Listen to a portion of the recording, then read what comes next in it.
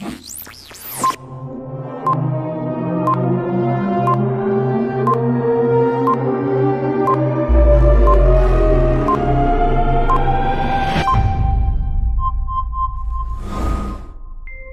what's good, everybody? Today's episode is brought to you by Get Upside, where you get paid to do something you're going to do anyway, and that's just fill up your gas tank. The process is very simple. Just download the app, open it up, find the cheapest gas near you, pump your gas, upload the receipt, and you'll get paid within 2 to 3 business days. Once you have the money in your account, you'll be able to cash out for Amazon gift cards, Lowe's gift cards, Nike gift cards, Target gift cards, Walmart gift cards, PayPal gift cards, and a host of restaurants. Oh, and did I mention the app is free? Yeah, free 99.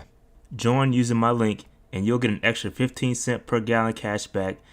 The link is in the description box. Thanks for watching. Keep pounding. What's up? This is Derek Brown of the Carolina Panthers. Shout out to Rashad and David of the Panther Nation podcast. The voice of the Panther Nation. Make sure y'all like them and subscribe. Keep pounding. Yo, this is Panther legend Jonathan Stewart, and I just wanted to shout out to Rashad Beard and David Rhodes of Panther Nation Podcast, the voice of the Panther Nation. Keep pounding.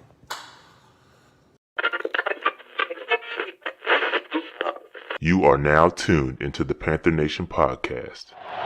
Delhomme fires to an open Smith. Steve Smith is going to go all the way. No flag down.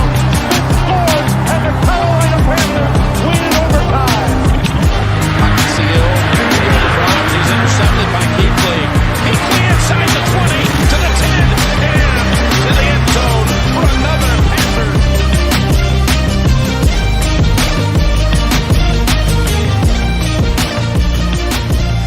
Welcome to the Panther Nation Podcast. And here are your hosts, Rashad Beard and David Rhodes.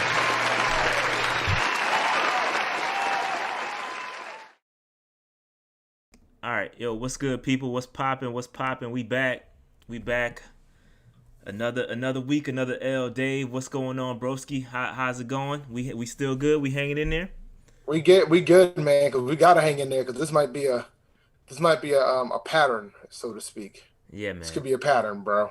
This could be a pattern. It could be, absolutely. Another rough week. The Panthers drop to the Bucs, a division loss, 31-17 to the Bucs. We live streamed it, so thank you for all of you guys that joined us. Nah, Dave hasn't calmed down. Wait, he got a nice little portion of the show right for his rant. So y'all if you watch if you hang on long enough, you will see Dave what let me backtrack. If you were on the live stream long enough, you would have saw Dave's rant after the game. Obviously, if you missed it, you'll get a little sneak peek of what happened after the game or close to the end of the game. No, we were watching another game at that point. But Dave has a section. Trust me, you will see it again. But we're going to revisit that. But other than football, Dave, how was your weekend before we jump into the show? Nah, it was good, man. I got to after the show last week, I got to go do a virtual career fair, which was interesting to say the least. I was able to give out some job offers today, so it was pretty good. It was Mario 35 weekend for me. I played a lot of Mario Brothers. 3D All-Stars came out over the weekend, so I played a lot of Mario 64 and Mario Sunshine. So now it was good, man. Kids started school last week. They masking up, so to speak. Yeah. So it was good. Yeah, same old here, man. Ain't nothing going on. Just enjoying football. Watched a little bit of college football. That's pretty much it. I won't be doing that, man. Quarantine. Oh, I am doing a little project. The wife and I are redoing our back porch. So we did a little DIY project. We refinished our concrete floors. Did a little faux tile work, a little faux tile. Had a concrete grinder, you know what I'm saying? It was fun. It turned out pretty good too. So if you're looking for somebody to refinish your back porch, don't call me, y'all, because I'm not doing that again. But it was, it was. Yo, dog. Don't call me, listen, dog. man. Like the things that you have to do around your house reminds me of why I'm not buying another house. I've come to that conclusion. I'm not buying another house, yo. Yeah. Because what I've noticed, when things break in my house, I just have to make a decision. Is it really that important for me to fix? If the answer is no, it ain't getting fixed. Right. It's just not going to get fixed. Now, if it's yes, if it's like, oh, heat's out, wintertime, getting fixed. Simple as that. But I can't do it. I'm going to have to pay. How much got to pay? A lot of money. Not buying a house next round. Right. I can't. Or I'm not interested in trying to change a boiler. That's not in the Dave degree. Well, Dave, I said the same thing. When I bought my first house, I said I'm not gonna, I'm good. This sucks, because I bought an older house my first go around up in Manassas, and I had my basement flood, and I had a lot of issues in that house. And I said, yo, I'm not doing it. But I went the second time I went around. I got new construction, and it's been much better so far. Knock on wood. I've gotten other neighbors that have not had the fun that they've had some issues with theirs. They haven't had the same luck I've had. So, but yeah, man, it's never fun with the house. It could get real interesting fast. But at the end of the day, it's an investment in yourself. At the end of the day, if you look at it that way, because you're paying yourself. No, I get it. I'm paying the bank and myself. I get it. Yep. What schools were at the career fair? Nah, I went to a virtual career fair for A&T. So A&T had their traditional career fair, but it was all virtual this year due to the pandemic. So I recruited for my company. And, we went and did some things. I'm not I recruit for my company. I love to do it. That's one of the fun aspects of the job that I have. I love recruiting season. I told them, it's funny, I had the big boss call me right on my way out the door today, and I pretty much told him, look, man, if you want more people to recruit, if you want me to recruit into more spots, let me know. And he's got on the Robbie Anderson for those who don't know. Robbie Anderson, for those that were asking what jersey I'm wearing today. Yeah, but yeah, man. Yeah. So Dave, it's some comments going on right now talking about if we had Cam, we'd be 2-0 right now. I ain't gonna go that far because we got a lot of issues, and we'll talk about that. But you know what? We might be the same record as the Patriots right now, though. 1-1. Okay, that's fair. Mm-hmm. That's fair. But hey, listen, man, we'll talk about all that. And you also will have your opportunity to call into the show and voice your opinion. A lot of Cam fans, and I feel. Hey, listen, I feel you, man. I get it. I just say this: I don't want anybody to get hurt. I don't want nobody to get hurt. I'm not wishing this on nobody, but Cam got to play 16 games, okay? Because we seen Cam look good. He got to play 16 games. I don't want him to get hurt. I want him to look this good because he deserves another payday. And like Slim says, the Pats do have an offensive line, and they have a good offensive coordinator too. So that's what happens when you got a nice infrastructure and you support your quarterback. But anyway, I digress. Let's jump into the show again. You will have your opportunity to voice your opinion at the end of the show. Phone lines will be open, but let us get through this content, and then we'll allow you all to voice your opinion. All right, so let's get it. All right, so everyone knows we caught the L, 31-17 to the Bucs. But Dave, we got some bad news. I guess if you wanna look at it that way, we found out that Christian McCaffrey is going to be out due to a high ankle sprain. He'll be out for 4 to 6 weeks, and it says brutal news there, but is it really brutal news? I mean, I don't really care. I care. I don't want the man to get hurt. I don't want him to get hurt. You know what's brutal obviously. News? You know who's brutal news for? Who's that? Your fantasy owners? The fantasy owners that took him number 1 overall. That's brutal news. Well, see, that's and why not I'm get retired. their handcuff. That's why I'm retired. I don't care. But anyway, I mean, what really it doesn't really matter at the end of the day. I get it. We don't want Christian McCaffrey hurt. We paid the man a lot of money. We're paying the man a lot of money. We don't want him to be hurt. But at the end of the day, what is it? I mean, we 0-2. We 0-2. We were gonna be 0-2 if he finished the game. We're gonna have a losing record. We're gonna be a bad team. We've seen Christian McCaffrey go for 1,000 and 1,000, and we still are a bad team. So, we have a lot. There's a lot more concerns than Christian McCaffrey.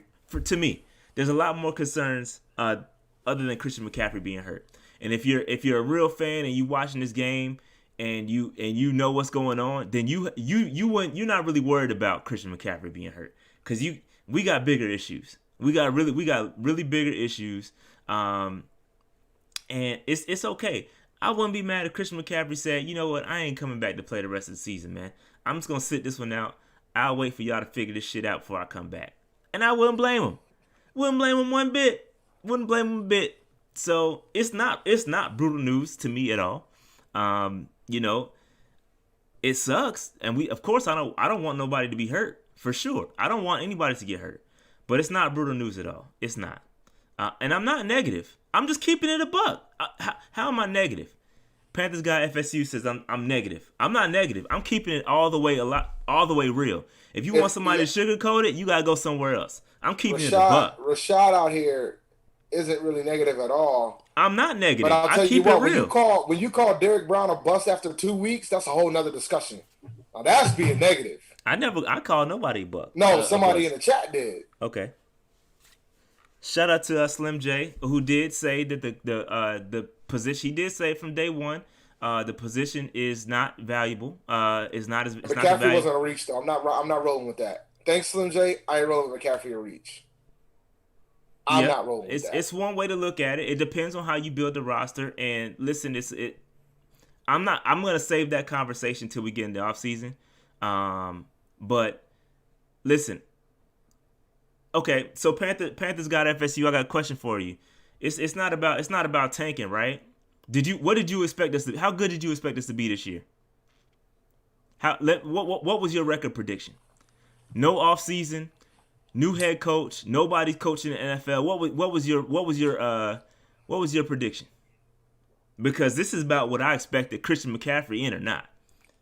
This is right along the lines of what I expected. So it's not a big deal. It's not about being negative. It's about keeping it a buck. You know what I'm saying? This is keeping it a buck. We were gonna have a losing record. We're gonna be picking probably top 7 in the NFL or in the draft. So it is what it is. It is what it is. Okay. So 7 and 8. But Slim, dude, we're not drafting Mahomes. We're not drafting Mahomes when we got Cam. Yeah, that wasn't happening. Yeah, like for the value of where we were in the draft, it was fine. But I keep taking your advice for them super chats though. Hey, you keep dropping out. You can say whatever the hell you want to. All right. Thanks. I feel you. Appreciate the Slim. Appreciate it. But yeah, nah. So I'm just saying, it's at the end of the day, like, yo, we're not a good team, okay? And if you I'm not gonna come up here and sugarcoat and be like, yo, we should have won. No, we shouldn't have won because we lost. The outcome is what happened, and we got what we deserved. We shoulda, coulda, woulda. That's not what we do. We lost the game. We went out. We didn't execute. We lost. Bottom line, even if we got the first down, who's to say we were gonna score? So it's a lot of shoulda, coulda, wouldas, and that's not what we do here. We lost the game. It is what it is. It's NFL. Yes, any given Sunday, but we're not a good team, B. Like, I don't understand. Like, yo, if you want to sugarcoat and you want us to paint this pretty picture, this ain't the place for you, bro. Because I'm not doing it. I'm keeping it a buck. We're not a good team. Most folks got us as a losing record. I mean, the best I've seen is 8-8 by Lee Trotter, and even that one was 7-9. So, like, from that standpoint, I mean, most of the fan base, at least the chat cats, they're thinking we're going to have a losing record. I mean, I predicted 4-12 prior to the season started. So, and the thing is, it might not be 4-12 anymore because I had us beating the Raiders week 1. Now, will I? And I agree, Dave. Now, I will say that there are some positives to take away. It's not all doom and gloom. Yes, and we'll talk about those positives. But right now, we not there. We just not there. It's facts. Like, I don't know what you want me to say. You want me to get up here and say, "Oh, we going to the playoffs"? Like, what are you expecting me to say? Like, I don't understand. I don't understand what y'all want me to say. But anyway, Christian McCaffrey out for 4 to 6 weeks. I'm sure he's gonna fight his way back. I would not be surprised if he's back in 3 weeks. Hence why we have not thrown him on IR yet. There's a reason why he's not on IR, Dave. He's gonna fight his way back. Listen. We paid that man that money. You better give him at least 4 weeks. I don't want to see him in a month. I don't want to see him for a month. Period. Dave. I don't want to see him for 4 games. I understand what you're saying, and this is what's gonna happen. But our investment, like some people are already questioning how much we already paid the guy. Facts. And now you out here trying to rush him back. He's not gonna rush. Like Rule isn't gonna rush him back. He's gonna rush himself back. Dave, I said it on the stream. Dave, this dude does hot yoga, B. Christian McCaffrey definitely does hot yoga, fam. He's coming back in 3 weeks. I would not be surprised if he's back in 3 weeks. Yes, I agree he should be out 6 weeks.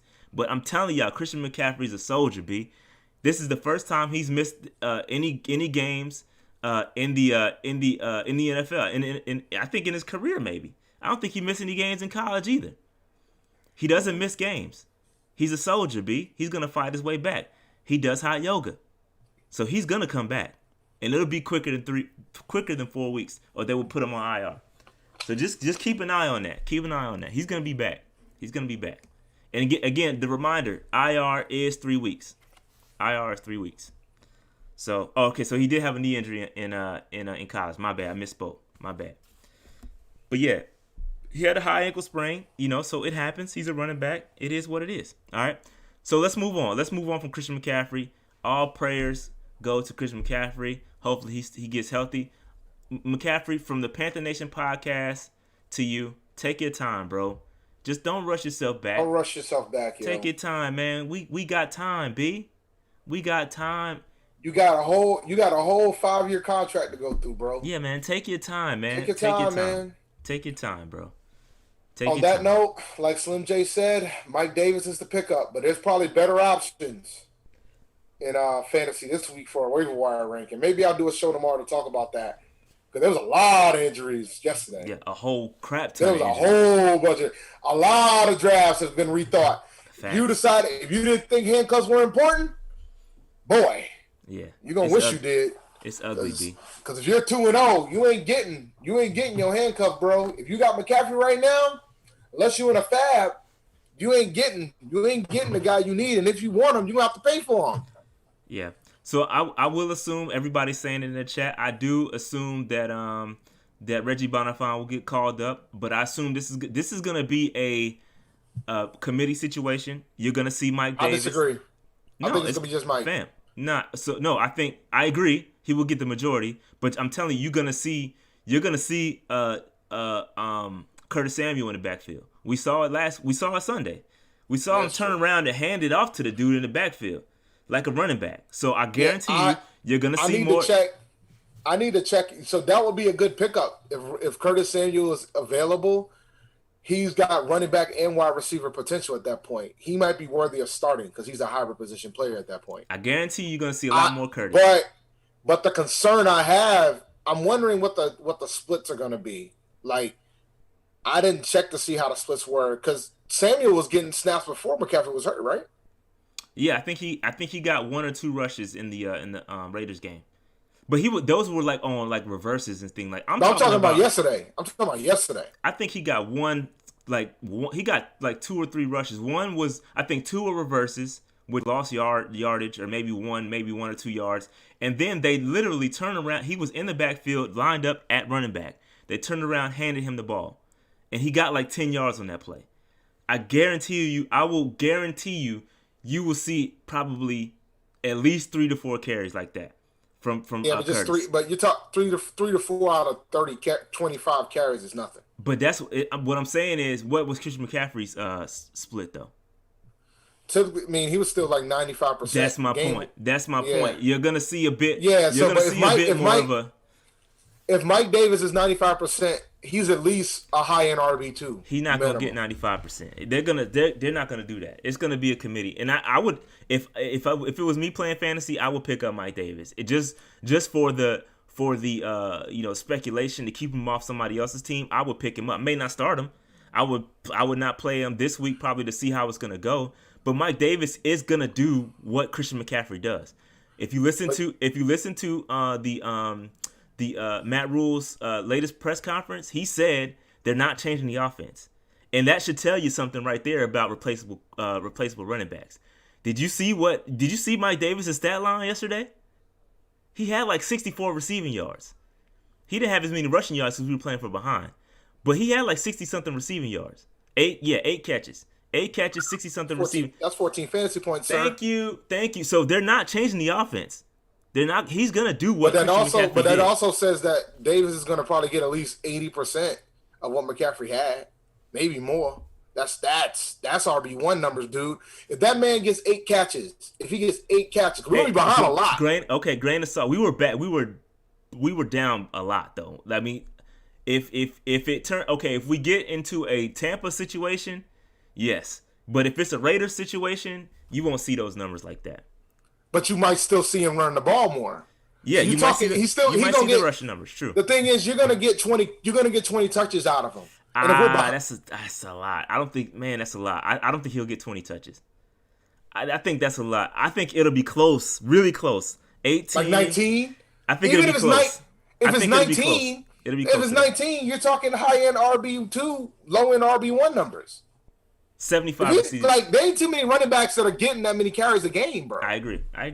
I'm just voicing my opinion. No, I'm with you. I'm with you, retired Rashad. I'm with you. I'm retired though. I'm retired, man. I'm with you. I think Davis probably going to be the pickup because I'm not sure what the hell the Giants going to do with Saquon. I would pick. I'm telling you, if I'm retired, so you take this for what it's worth. I'm picking up Davis and where I can, and I might go. I would if Curtis is out there, I would probably pick up Curtis as well, just on a flyer if I have the extra spot. But Davis is the guy to go get. I'm telling you, he's gonna get work. He's gonna get the work. Nah, I'm with you. I plan on going after Davis in a couple of leagues. I'm 0-2 in a few, so I gotta fix this shit, man. All right, let's get up. Yeah, let's get off this McCaffrey discussion. Yeah, let's keep rolling. Good discussion though, and we'll talk about that later. But let's roll. So here's my top 5 takeaways from the game, and Dave, you can jump in. Just hold your thoughts on the game management piece, because if you saw the slides, you're good. I'm good. Hold your thoughts. Hold your thoughts on that. I'll stay quiet. So I gave him most of it yesterday. Anyway. Nah. You got to revisit that. All right. So offensive line, they did a piss poor job, especially the interior. The interior offensive line was hot garbage. If you look at the edges, they did pretty good. But Ndamukong Suh went 8. He went 8-ish. He had 2 sacks and a ton of pressures. But if you look at it, Teddy was pressured on 28% of his attempts. That's a lot. He was sacked twice without a blitz, and three times on a blitz for a total of 5 sacks. He was pressured 18 times, hurried 12 times, and hit twice. And Suh was dominant on the interior. So it was ugly. Suh was dominating my man Miller, and it was not pretty. And I'll give you those PFF grades so you can see it visually how ugly it was on the interior. Okay. Third quarter defense. The third quarter defense was solid. I like the third quarter defense. Even the entire second half defense up until that the Fournette run did really well. If you look at the second half numbers, Brady went 6 of 12 for 19 yards and had an interception. The Bucs were 0-3 on third down, and the Bucs had a total of 63 yards until Leonard Fournette went ham. 63 yards until somebody missed their assignment, didn't execute, and Leonard Fournette went 8-ish. So they had a total of 32. Even we're talking about the run game, they had a total of 32 rushing yards in the first half. So the defense did okay. They did okay. I'm gonna give Phil Snow a little bit of credit. They did okay. Now, where I do have a problem with generating a sack, we still have not generated a sack yet, which is a problem. The only team in the league that does not have a sack, B. And you want to hear why, Dave? I said it all stream. But you ain't got to hear it from me, Dave. You can hear from the dude that's getting paid millions to be a head coach. Let's listen to what he said about the defense and the lack of pressures, okay? Let's just all take a listen. 2 shots and go try to make a play. Just take a listen. What did you just see from the lack of pass rush again today? Only 1 quarterback hit, still no sacks. Just why do you think there were issues there today? We played a lot of three-man rush. Bingo! A lot of three-man rush. Yes, the four-man rush podcast need to change theirs to the three-man rush. A lot of three-man rush. Keep listening. Keep listening. They had a lot of controlled passing game. Get the ball out of their hands quickly. But I'd have to really watch the tape. We need to have more pressure than that. So I thought in the second half, in the third quarter, Brian Burns came alive and was really playing a little more like an outside linebacker drop and making some plays in out the space. Had one key quarterback pressure. But, we had to go to a little bit more of a blitz mindset today to get pressure on Brady. Matt, Dave, it's not difficult, B.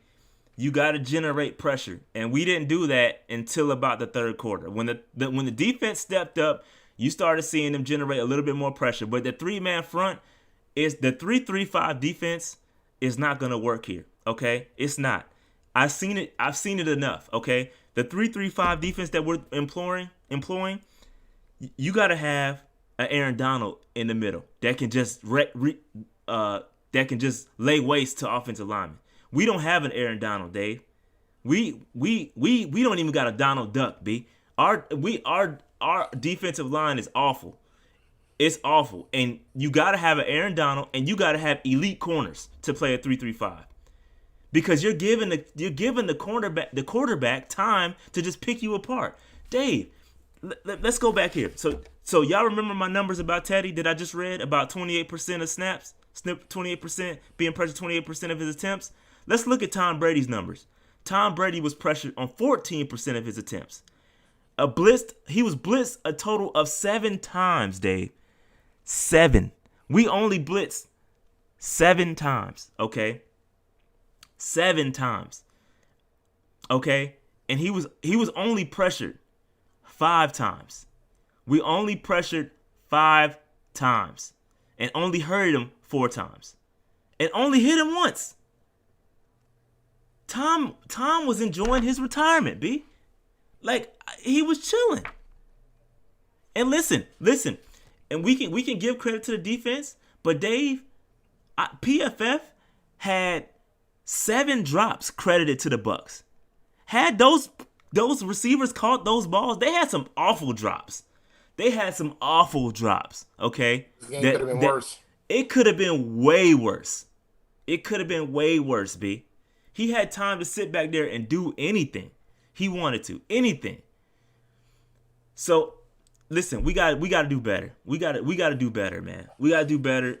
That scheme, that 3-3-5-ish is not working. All right? So, Dave will talk about questionable game management. We'll talk about that a little bit later. And Teddy turnover had an appearance. He had 3 total turnovers. We'll talk about that a little bit later. And the run defense is still awful. We did good. All the way up until the last play on Fournette. We did a good job, but you got to complete the game. You got to finish the game. And that last play where we needed the run defense the most, they failed. They just lost mano y mano. Ain't no coaching. It's no coaching. It's you can't blame nobody but them dudes not executing. It was one gap defense. If you don't know what one gap is, that's when you're only responsible to play your gap. You have one gap. You just have to do your job. You win, you beat your man. That's all you had to do. And we failed, okay? We failed, period. So I don't want to hear nothing about Phil Snow, especially on that last play. We failed. Dudes got to execute. This is the NFL. You got to do what you're told. That was mano y mano, okay? Mano y mano, and we failed, all right? So, again, that point number 5 still stands from last week. That's the same point as last week. We got to do better, man. We got to do better. All right, so that's all I got. All right, so this is the visual of how our offensive line played this week. Again, Moton had a good game. Okun had a good game. I think Moton held his own with Shaq Barrett. It was a couple times where Shaq was giving him that business, but he held his own. And it's just look at the interior, man. The interior was awful. We was getting wrecked. The inside. And the worst thing you want to see as a quarterback is pressure up the middle, man. It was not good. Teddy, and listen, Teddy had a bad game. Some of it was due to the pressure. I will give him some slack there. But some was also decision making on his part, and we'll talk about that a little bit later. All right. So moving on. Snap counts. Couple notes from the snap counts. One thing I didn't like was Troy Pride. Troy Pride took a step back in the snap counts, Dave, and I don't like that one bit. Rasul Douglas and Donte played the whole game together, and I don't like that at all. Let me see what else is there. Some notes to come from the snap counts. Let me see.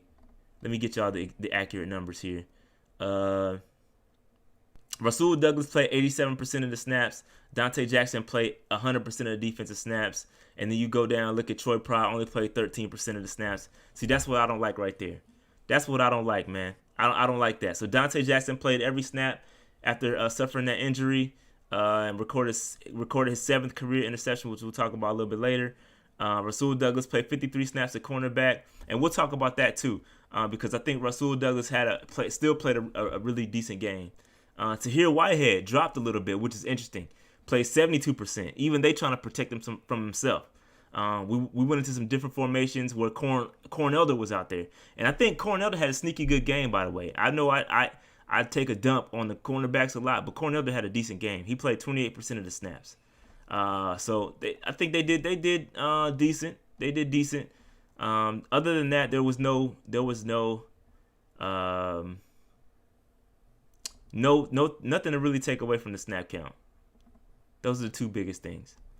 Okay. All right. So moving on from the snap counts. All right. I'm going backwards. My bad. All right. Stock up, stock down. Let's get to it. Here we go. Hey, listen. First of all, I want to apologize because I don't have the videos this week. The NFL flagged our last joint because I had the video, so we too aggressive. We couldn't monetize. I did. I was way too aggressive. So we couldn't monetize off of our podcast last week, and I like to monetize. This is like obviously our biggest show, so I don't want to jeopardize that monetization. I may do another separate video just going through some of the film that I wanted to go through. But because I do have some that I want to go through, but I'll do a separate video. So, but I'll just talk about some of the plays. All right. So moving on. I think Brian Burns gets stock up, man. Listen, he only had 4 tackles. It didn't show up on the stat on the stat sheet on the box score, but my man had 2 pressures, or 2 hurries. Of the total 4 hurries that we had, he had half of them. And you could see him out there working. My man was working his ass off trying to get to Tom. He was the only one really putting in that work. And I want to give him some credit. Even sometimes when he drops into coverage, he's still really good in coverage. And I just want to give Brian Burns some credit. He's the only one out there doing a little bit of work. So he did good today, yesterday. Again, didn't show up on the stat sheet, but he had a good game. He's playing by himself out there on the defensive line. A defensive line, you have to play in as a group. Okay, it doesn't work. You can't just go out there and win one-on-one like that. You need the entire group to work together, and we got some issues there. But Brian Burns is a bright spot. Okay, he's the only guy that was out there balling yesterday. The pressure, all the pressures came from Brian Burns. Okay, pretty much. All right. Anything on Brian Burns, Dave? He had a good game, man. He had a few chances to get to Tom. He was the closest one to getting a sack, that's for sure. Yeah, he was the closest one. Yeah, like he played his heart out. I can't be mad at his performance. I have no qualms with him being stock up for this one. Yep. All right. Moving on. DJ Moore. Welcome back, DJ. Listen, I told y'all what was going to happen, didn't I? Last week, I told y'all he was going to bounce back, and he did just that. 13 targets, led the team in targets, 8 receptions, 120 yards. No touchdowns. Obviously, Teddy Bridgewater did not throw a touchdown, but DJ Moore was out there. He was balling. He balled out. So shout out to DJ Moore. He bounced back. A lot of y'all was killing him, trying to kill him last week, and he bounced back just like I said he would. Dave, any thoughts on DJ Moore? I played a lot of him in daily. Probably should have combined him with him and Robbie and left the quarterback on the side. But nah, man, DJ did his thing. He had a really good game, 100-yard receiving day. Can't be mad at it. Yep. I mean, him and the other receiver we're about to talk about kept us in this game. Yep. And listen, I wasn't gonna put my man Robbie Anderson up here again, but I'm giving him props. I had, and you know what? He had a fumble in this game, so he did have a turnover. I was gonna dock him for that, but as I went through the stats, Dave. He had 10 targets, Dave. 10 targets. Guess how many he caught, Dave? All 10. Close. 9 of them things. He had nine receptions for 109 yards, and he did have that lost fumble. So this is a good 1-2 punch. And Dave, if you look at it right now, and again, the Saints are playing right now, the Raiders are playing, so the numbers might change. But right now, Robbie's top 5 in receiving for the season. I know it's early, but we got Robbie top 5, and we got DJ sitting at number 11 in total receiving yards. So I think Teddy's up there as far. I think he's top 6, top 7 as far as passing up. But it's early, okay? It's early. But Robbie Anderson, that might be another fantasy pickup. He's getting the ball. I think he's open. He is really open. He's open. He's getting open. And when he gets the ball, he takes off. His speed is crazy. And I just feel bad for the dude because I feel bad for Robbie because he went from one bad situation in the Jets to a familiar bad situation in the Panthers with him rejoining with Matt Rule. So listen, I like what Robbie Anderson is doing. I think there might be a situation where you see 2 1,000-yard wide receivers for the Panthers. I think that might happen again, partially because we're gonna be playing from behind, so you gotta have some context to that. But it's still good to see. All right. So anything else on Robbie Anderson, Dave? Nah, man, I'm good on the roster. I'm happy for him. I'm glad he did what he needed to do. All right, moving on. Next up, Woodrow Hamilton. Shout out to this dude, man. Fresh off the practice squad. Hey, did y'all see that run stop he had? He had a nice run stop, and he did a great job coming off that practice squad, and he also had a fumble recovery. So again, it's all about context for me. When these dudes come off the practice squad and do work and come out of nowhere, you get stock up for me. And listen, I don't expect it to be. I don't expect him to come out and do it every week. But he had a good game, and I got to give him some credit. One of the bright spots on the defensive line. I like Woodrow Hamilton. Again, he's a veteran, so it's not like he had to adjust to anything. But I have to give him his props. I was gonna take him off when I added Robbie. I was gonna take him off, but I was like, nah, I got to give him some credit. He did well, especially against the run. He had that beautiful run stuff, and it's good to see that because we needed to see that. I think that was early in the first half. Dave, anything on Woodrow? Nah, man, I was happy for Woodrow, man. He was out there playing with heart, man. I think he's the type of guy that Rule loves, somebody that's going to play hard every play. So I was cool with it. And he took advantage of the opportunity that he had with the injuries as well. So props to him. Yeah, shout out to Woodrow. All right, moving on. All right, so I'm giving him some props. I know I came out and I made and Dave, he was real close to not making it. He was real close to not making it. I told you he shouldn't. I told you he shouldn't yesterday. Listen, the only reason why I put him up here was because a lot of y'all watch my videos, the video I put out on Tremaine Johnson, and I feel like especially on that TD, the TD pass to Mike Evans. Listen, he getting put in the scenario where he shouldn't be. He shouldn't be in the situation guard Mike Evans for Mike Evans just bully him. You know what I'm saying? But so it's not his fault. He also got put in the positions where he could succeed because he damn sure he almost had a pick six, but he made a no Dave, decision. Nah, Dave, we killed him for that, but it was people up in front of him. You go back. So he's proving the point that he's afraid to get hit. Oh, Dave, he's my size. I'm afraid to get hit, so I don't blame him for that. You're not in the NFL. He is. Yeah, I don't blame him for making that business decision. I'm not gonna kill him for that. We killed him because I thought he had a route to a touchdown, but it was like 2 or 3 people in front of him. That's why he slowed up and pulled out. But yeah, I'm not gonna kill him for that. I'm not gonna kill him for that. Hey, he will tackle. Did y'all not see him close? He had some good plays where he closed on the Miller cat. Like he saw the play. He prevented some short passes turning into big gains. So he can tackle on the right guys. He played well against Miller. So listen. If Donte was put in the right situation, I feel like he would play much better. But him going up against Mike Evans is not the business. It's not his fault. He shouldn't be out there. And let me tell you why. Let me show you why. I got a little bit of evidence, okay? So Mike Evans, all right? Mike Evans stat sheet. So I went to PFF and saw who was guarding Mike Evans for his during his targets, okay? Mike Evans had 10 targets.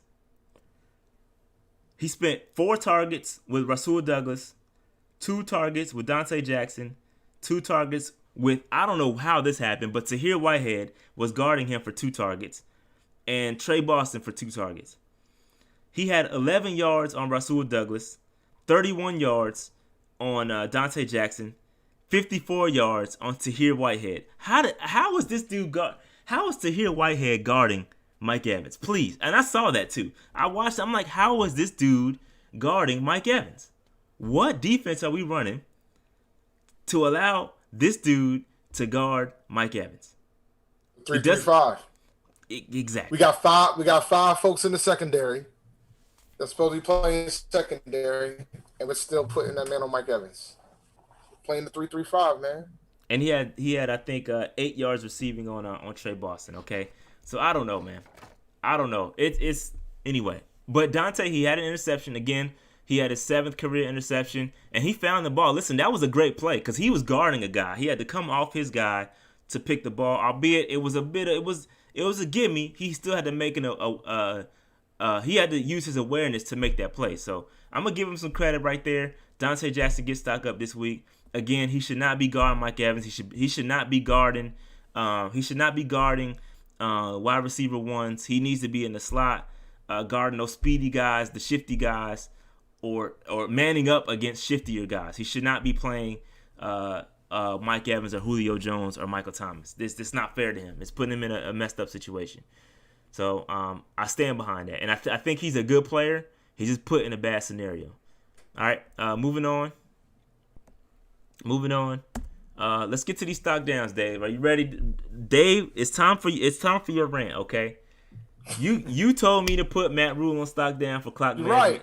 last week and the week prior to that. So now I didn't put Matt Rule here.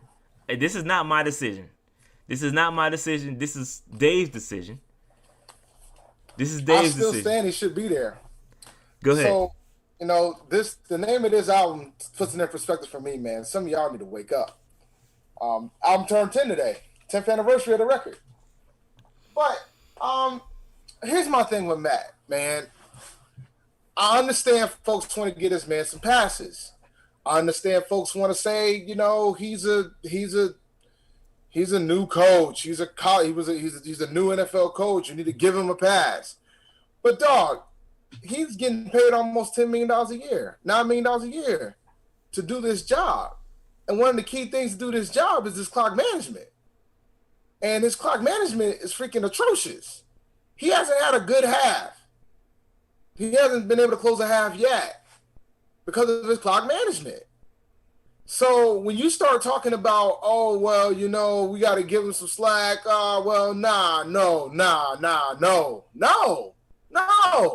The clock management has to be better than this at this point. And then you're saying, he doesn't know the rules of the NFL. No. He have it all. No, I don't want to hear that.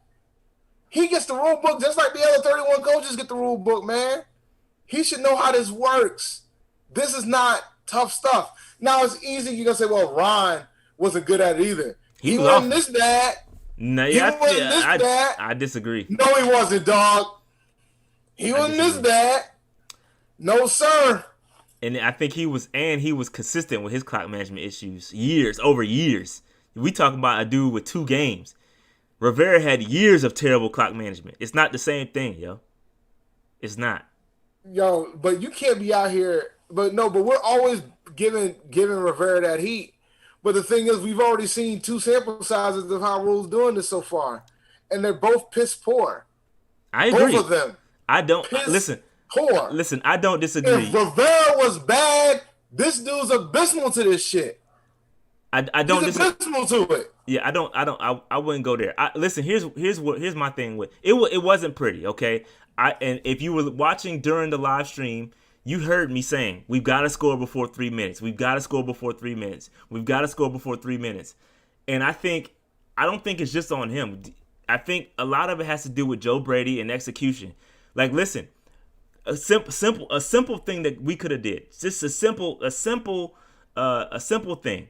You know, when Teddy dropped back and completed that pass to Mike Davis for like 2 yards, Teddy could have threw that ball away. He could have. You could have threw that ball away. Say it would have been like 2 minutes and like 13 seconds. You could have taken that and taken a shot to the end zone at that point. We were on like the inside the 20 at that point. So it's little things that I think everybody needs to get on the same page. I agree. It's not good. I'm not disagreeing with that. And listen, you can get on him about the fake punt too, because I think I'm gonna give him credit for attempting. Yeah. Hold on. Like I wasn't even like, see, man, and I wasn't even getting to that. Go ahead. Like I wasn't even getting to that when he did the fake punt. I'm like, dog, why? You could have just picked a normal play. Because you were like, yo, man, it'd be great if we faked this punt. And I'm like, no, it's not. They need to punt this. We can't stop anybody. Well, let's for what he had to say, he said that if they were inside the 32-yard line, he said they were going to kick. It was too windy for them to kick a field goal. He said they had practiced this. He said they played a protect punt. If they were in a protect punt formation, they were going to attempt to run. He said that somebody missed the block. Obviously goes back to execution. I appreciate him trying to get that 1 yard off a fake punt. It didn't work out. But listen, they were on the other side of the field. What difference does it make? If you actually punt the ball and you kick it in the end zone, they get the ball at the 20-yard line. Well, hell, that's a 10-yard difference. So what difference does it make? That was just like going forward like that was just like punting the ball. So I don't think that was the best. I'm gonna cut him some slack for that. I appreciate him going forward. Shout out to Jared with the donation. Yep. Yeah, I agree with you, Jared, man. He's been a head coach for years. This isn't the first time of him being a head coach. I understand he hasn't been an NFL head coach, but I promise you, in college, they manage clock. It's the rules are different, but they manage clock. This is where I disagree. I disagree. Baylor and Temple? I disagree. You know why I disagree? Because you got different offensive coordinators. When it comes to running, there's no preseason. They didn't have time to go through these scenarios in real life. Like you're talking the second game. Let's start right there. You're right. There was no preseason, but you know what? Me and you've been to a few training camps, haven't we? Sure. We've been to a couple, right? Just a couple. A few. Just a couple, right? Yeah. I know it's been a while with the pandemic and all, but we've been to a few. It felt like a couple years. It felt like a couple years, though. It's been a couple years. Yeah, so we've done it a few times. You know one thing that I noticed that shows up at these training camps occasionally? What's that? The refs. Dave, it's not. I get that. It's not the same though. No, when you in live, dog, we okay, Dave. Let me give you an analogy. Right? Let me give you an analogy. All right. So, shout out to all my military folk. All right. So you go through these drills. You go through these live action drills. You out in the field, and you doing your thug thizzle out in the field, right? Yeah. Okay. We practice this scenario, but when we at war, when the shit is hitting the fan, sometimes that training go out the window. You just panic. And you gotta sink or swim. And I feel like these dudes need, again, it's game 2 of these dudes trying to figure it out. Listen, I agree with you. If we see a pattern every week of this, then absolutely. We saw Ron Rivera do this for years. And nobody complained like this. You calling him abysmal for 2 games. We saw Ron Rivera be bad. He was so bad, he hired a clock management coach. That's how bad Ron Rivera was. So what are we saying? He needs to hire a clock management coach. Maybe he does, but can he get more? Maybe. Can he get more than 2 games to figure that out? You gave Rivera years before he hired a clock management coach. No. I was critical of Rivera too. Let's not get it twisted. I was critical of Rivera as well about his clock management skills. That's why these hands are coming, fam. That's why these hands are here. You have to give him an opportunity to fail, B. Like you can't compare him to Ron Rivera. He's not Ron Rivera. Ron Rivera had years of head coaching experiences. You can't. And see that's my problem. See, this is my problem. See, people have to relax. And which goes right to my next slide. People gotta relax. Okay, this man has been and listen. Okay, when you take a look at this slide right here, he has been garbage in the first season wherever he's been. Okay, it's college. It's not the NFL. I get it. We can check that box. I am fully aware that this is college and not the NFL. But he's been garbage his first 2 years. Look at his first year at Temple, 2-12. Look at his first year in Baylor, his 1-11. He's been garbage. Another concerning note: you can see all those bowl L's. That's a little bit more concerning. Anything with an L beside the bowl, I don't want to see L's and bowls. Okay, I'm tired of seeing bowl L's. I want to see a W. But there's more than that too. But the other concerning thing is that he typically goes 500 his second year. So even that's progress, Dave. What you want to do? Okay, it's progress. But my point is that Tepper gave us the warning of the patience. But dog, so if he goes 1-15, 2-14, I didn't even say the other record that I caused. 0-16. Yeah, you said he was going. That's what the argument was about. If he goes 0-16, he's gonna. You kept saying he was gonna get fired if he goes 0-16. I said he should. He should get out the paint. But what I'm telling you, what should versus reality, I get it. Should he be fired? Maybe we can have that discussion. It depends how it goes down. But him actually being fired. There's only 2 teams in the NFL that's gone 0-16. You want to be part of that freaking lore? Are you any interested in that? That's no, one I'm not. Got over the, huh? No, I'm not interested in it at all. I agree. I agree with you. But what I'm saying is if we go 0-16, Dave Tepper's pride is not going to let him cut this dude. It's not happening. Y'all can say what we should do, but reality is a completely different story. I can talk hypotheticals. Hypothetically, we should have went out and got the best free agents every year. It don't happen. Reality is got the best coach too, but that's a whole nother discussion. Exactly. Thank you, Dave. That's my point. The reality is, hypothetically, we should have got Bieniemy. It didn't happen. There's a difference between reality and actuality. There's differences, and the reality is, right now, Matt Rule's our coach. That's what we're dealing with. We have to deal with this right in the construct of what it is right now. We have to deal with it. And what I'm saying is, you have to let this man figure it out. We can't compare him to Ron Rivera. We can't do that. You can't compare his clock management to Ron Rivera. That's why I was against putting him on stock down, because you gotta let him learn.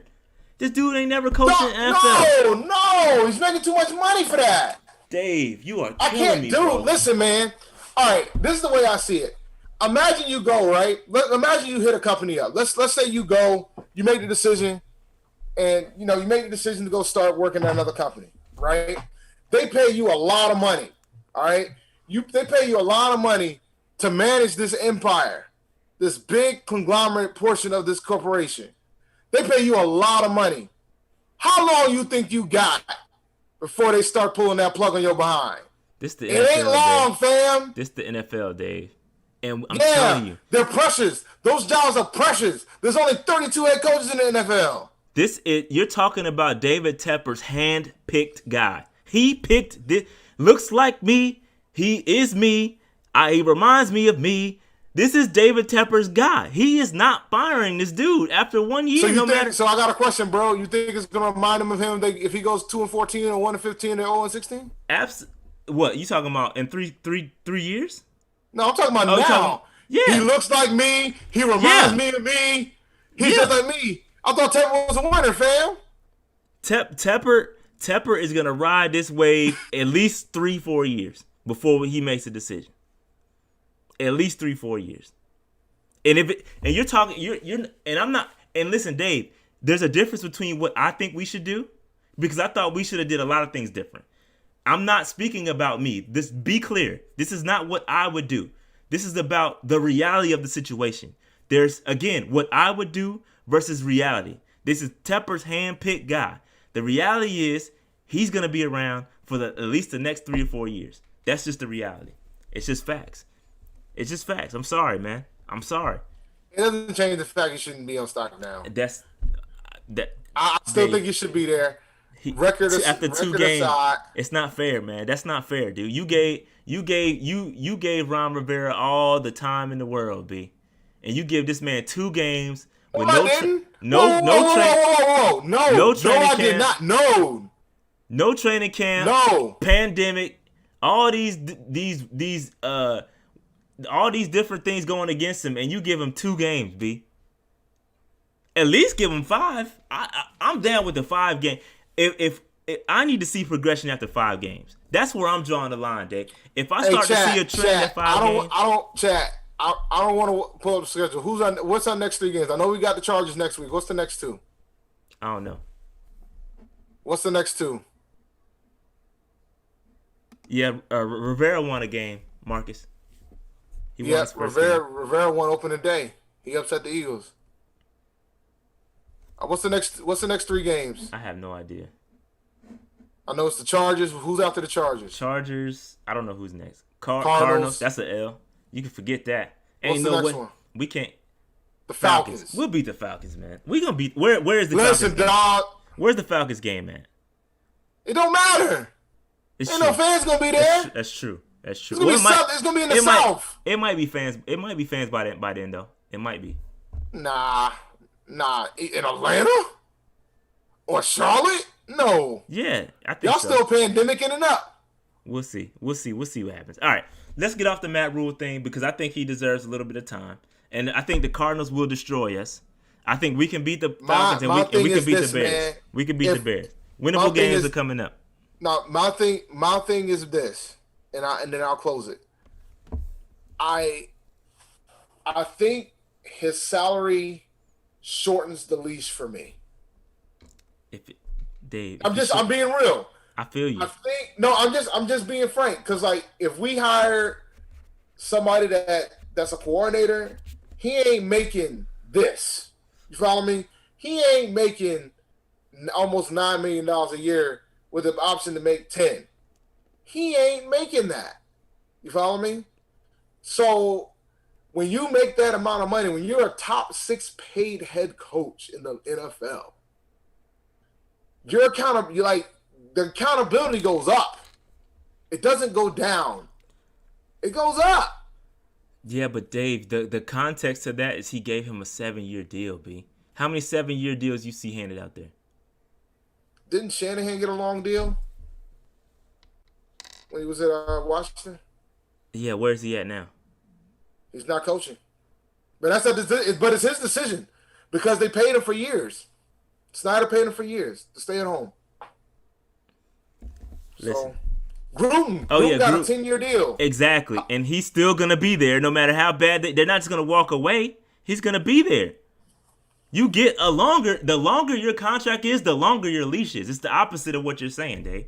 I get it. They paid him a lot, but they also gave him a long deal. He's going to be around. They gave Gruden the keys. He GM and he GM too. Yeah, Gruden is a GM. Too. Exactly. So he got the keys to the castle. So now consider this. We might want to keep Hurney around, man, because if we don't keep Hurney now, that means Matt's gonna get the keys, and he ain't going nowhere for real. Then he ain't going nowhere if he gets the keys to the Jeep. Yeah, I'm telling you, nowhere. They're not going nowhere. Yo, Matt Rule's not going nowhere. No matter how bad the season is, we go 0-16. Reality is he's not going. They're not going to fire him. All right, let's move on. We spent a lot of time on Matt Rule. All right, stop there. Yeah, the GM, but he's just a body, guys. He's just a body. He's just a body. He's just happy to be there. Yeah, he's just a body. All right, Shaq Thompson, awful game. Three tackles. That's just awful. And he got destroyed by Watson. Watson put him on skates. I thought this dude used to be a safety, right? I thought he was a little bit more shiftier in the hips. 3 tackles. You just got extended. Got to play better. You were awful. Just pure awful. Awful. I'm not gonna spend too much time on him, but keep it moving, man. All right, he had a terrible game. Teddy, I didn't want to give Teddy stock down. I rewatched the game, and I feel like he deserves it a little bit. I do feel like I'm gonna cut him some slack. I feel like the offensive line did not help him. There was a lot of pressure up front, but throwing a interception on that screen was awful to me. You gotta either throw that away. I know he was trying to get it over JPP. But you can't force the ball like that. And I felt like that was a bad play on Teddy Bridgewater. I'm going to cut him some slack on the fumble. The fumble, he had nice pocket presence. He stepped up. He was moving in the pocket, and the guy came from behind. I'm not going to kill him for that fumble. The two interceptions were bad, though. The interception, when he threw to DJ Moore, he threw the ball behind DJ. That was not good. And the ball placement could have been better. He talked about that, his presser, how he said he could have had better anticipation on that throw, and I agree with him. But again, I think I'm gonna cut him some slack that I feel like the offensive line definitely did not help him. But the 3 turnovers were bad, and I expected him to at least not turn the ball over. I expected him to play a little bit better than what he played. 3 turnovers and no touchdown passes. So the Bucs scored 17 points off of the Teddy Bridgewater turnover. So that's not good. That's not good. And that's the difference in the game is what that is, ladies and gentlemen. It is exactly the difference in the game, 100%. But yeah, I think Teddy. I think what we're gonna see is the middle. So we saw Teddy be really good in as far as protecting the ball against the Raiders, and we saw a pretty bad Teddy against the Bucs. I think he's somewhere in the middle between that. I don't think he's as bad as what he played yesterday. Is what I'm trying to say. But all right, moving on. Derrick Brown, fam. He had the two terrible penalties on third downs. Man, cut him some slack. It's only been 2 games. Cut him some slack. Those penalties. No off season. No. That's different. He had. We're talking personal foul. We're talking personal fouls here. He's a rookie. I'm critical. Hey, listen. Truth be told, Matt Rule cut him some slack because he said he likes the aggressive plays. He said he'll take those penalties. That's what Matt Rule said. We need to go back and have another sketch with Rule talking about he would take those penalties. Those penalties cost us a touchdown. One of them cost us a TD. Like we could have been off the field if we didn't have one of those. Both of them, matter of fact. Both of them were on third down. Both of them cost them. They would have been off the field. Yep. It cost us points. They ended up those things turning into touchdowns. Agreed. Talking about I like the aggressiveness. Dog, we might have to go back to Rule again. Yeah, that's what Matt Rule said, bro. Dog, come on, man. He was awful yesterday. Derrick Brown was awful. Those turnovers were awful. And so. But you gotta cut him some slack. I cut him some slack. He's just on stock down. I'm not trashing him. I think he got to learn from those mistakes. Oh, that's the same thing with Rule. He's just on stock down. Rule could be stock up next week if he gets a win. True. I mean, he could if he coaches a good game and he actually managed the clock properly. We'll see. I have no problems owning up to it. None whatsoever. These stock downs and stock ups are weeklies. Yes, that's a great point. They're not permanent. That's a great point. That's a great point. So let me attack. If you're going to attack this rookie. You can attack, Dave. I have no problem with you attacking. I'm just defending some of those attacks. He did say that, though. I promise you. Go back and I can find it. No, I can't. Oh, that's wild. Now, I understand you want your guys to be chippy and all that. But if we're going to end up like the Raiders leading the league in penalties, that's problematic, yo. We ain't got enough time to recover from all that. Have you seen our linebackers today? Yeah, it was awful, man. Yeah, man. Come on. We can't do that. All right, moving on. We gave Derrick Brown stock down. All right, moving on. Listen, I did a poll on Twitter, and Twitter has spoken. Twitter allowed me to put an injured player on stock down. Well, I told you could do that anyway. You didn't have to go to Twitter, dog. Now you see the difference. Did you see McCaffrey on stock down? No, you don't. Because injuries happen. McCaffrey actually played some portion of the game, though. True. He was ruled out before. Even if McCaffrey don't come back the rest of this season, McCaffrey won't be on stock down because of injury. This guy, on the other hand, fam, it's a makeup for me. It might not be for Rule, but for me, this is me speaking. For me, this you gotta. I don't know what I think the injury is some kind of foot injury. And it's starting to show. It's starting to show. And I agree with LK 44. We should have traded him. We should have completely gutted and if we're gonna gut the line, let's gut it. And we're gonna gut the defense, let's fully gut it. Because I feel like I feel like K'Wan Short. Listen, what we saw against the Raiders, no bueno. No, I didn't. K'Wan Short name wasn't even called, B.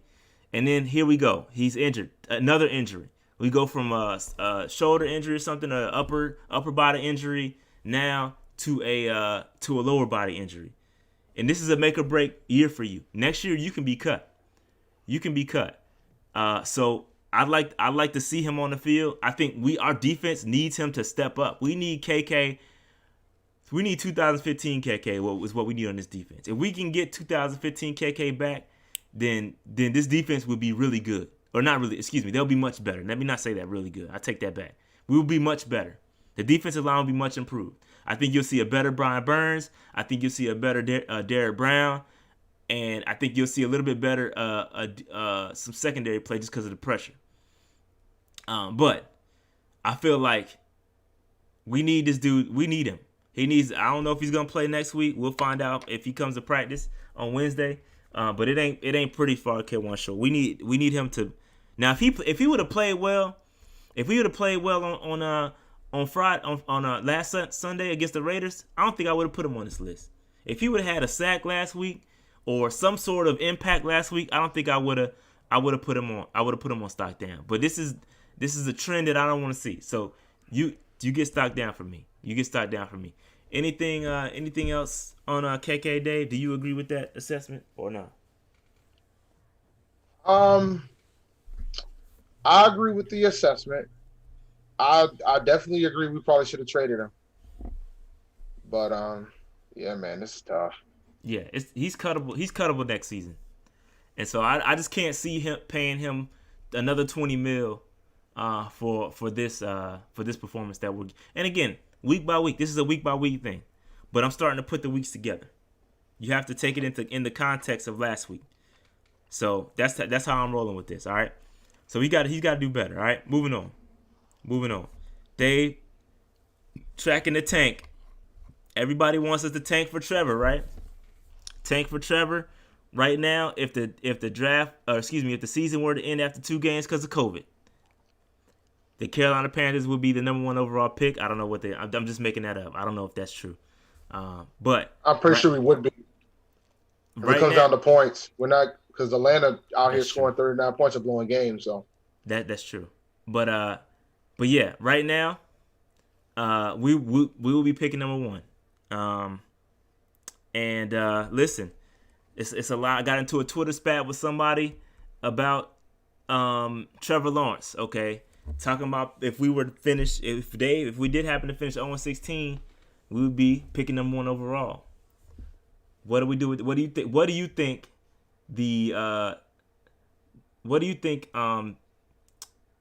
Tepper, Rule, Brady, the coaching staff. What do you think they're gonna do with that pick if we happen to pick number 1 overall?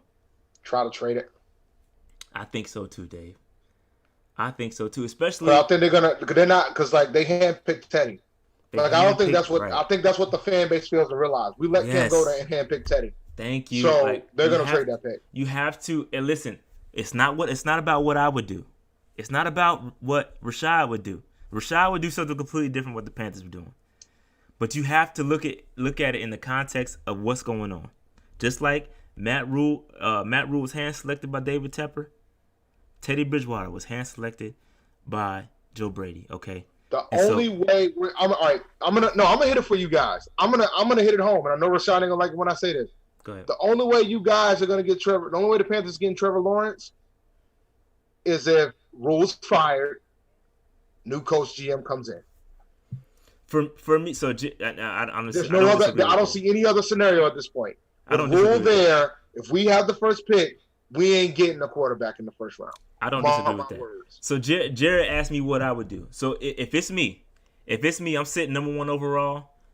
I'm probably gonna take Lawrence. Or Fields or Trey Lance. I don't know. Right now, as of right now, me speaking, I would take Lawrence, and I would keep Teddy, and I would have Teddy Bridgewater mentor Lawrence. I would not play if we don't improve our offensive line, our defense. I'm not putting Trevor Lawrence behind that. I'm not gonna set him up for failure, and that's what everybody see. People fail to realize. People fail to realize that if you look at where we are right now. We draft Trevor Lawrence and the roster sits the way it sits right now. That poor kid's heart is gonna be taken out of his chest. He's gonna be done. He's not gonna have no confidence. Fam, it's not drafting Trevor Lawrence will not fix our issues the way if we don't improve a lot of things. And it's not gonna be fixed in one draft. If we sit him for a year, I'm cool with that. Draft him number 1 overall, sit him for a year. Let's keep improving. We got to keep improving. But there's no way, with the roster as it stands right now, there's zero chance I'm putting my franchise quarterback behind anything we have. And it's not going to do anything but get worse because, Dave, guess what? We haven't signed Taylor Moton. We haven't re-signed Taylor Moton. Guess who? The two bookends that we have that are playing well, Moton and Okung, they haven't been extended. So you put a Trevor Lawrence back there. R.I.P. Prayers up. Cause he ain't gonna fare no better than what Teddy Bridgewater's doing right now. People have to come to that realization that we are awful. I still think we'll trade the pick because I don't see. That's what I would do, Dave. Just to be clear, that's what I would do. I mean, the thing is, if you got the number 1 overall pick and you keep the number 1 overall pick, it's gonna puts everybody in a bad spot if you don't take Trevor. You gotta trade the pick. You have to. And listen, That's why I don't see a scenario like if we end up. I was talking about the 0-16 thing yesterday because I was so irritated with the whole situation. I do see scenarios where we could go 0-16, but I don't think it's gonna happen. There's a couple opportunities to get a win, but that being said, if we have the number 1 overall pick, they're trading that pick, bro. Yeah, and there's other teams that are going to be willing to do it. Yeah, the problem is if you look, but the thing is, are you willing to trade to Atlanta if Atlanta's still awful? Yeah, it depends. It depends on how it depends. Because I'm looking at all these. I'm looking at who's here right now in the tank rankings. Atlanta. It's a lot of Dave. It's a lot of 0-2 teams. That whole list is 0-2. Everybody on that list is 0-2. Let's go down the rack, right? Philadelphia. They just committed to Wentz. That's not happening. Shit. You see what they're looking like right now? Dog, that's not happening, bro. Okay. Okay. I'd second. I don't agree with that. Possible. I think they would take. Possible. Oh, they did. They did take. No, they took your boy. They took Hurts. So never mind. Take it back. They took. Yeah. All right. Go ahead. So he's out.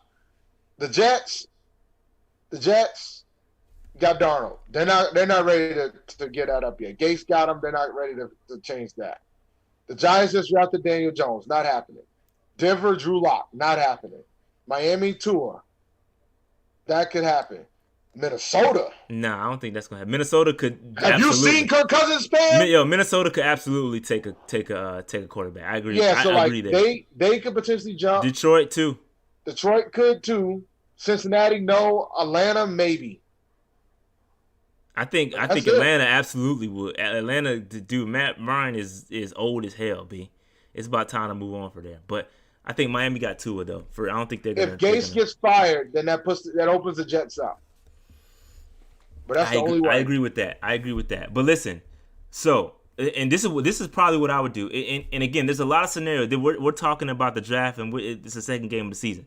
But we gotta let stuff play out because I gotta see if I could trade back and still stay in the top 5, top 10. I would probably trade back and take a Trey Lance or a Fields. Probably Fields would probably be there. So if I can get Fields at like 8 or 9 and trade back, I would absolutely do that. I would do that for sure. But it just depends. We're talking a lot of hypothetical situations, but yeah.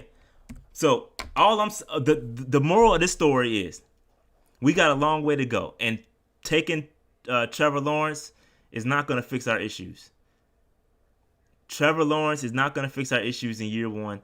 I pray for him if they were to start him next year with that offensive line. No commitments on the offensive line. Defense is still garbage.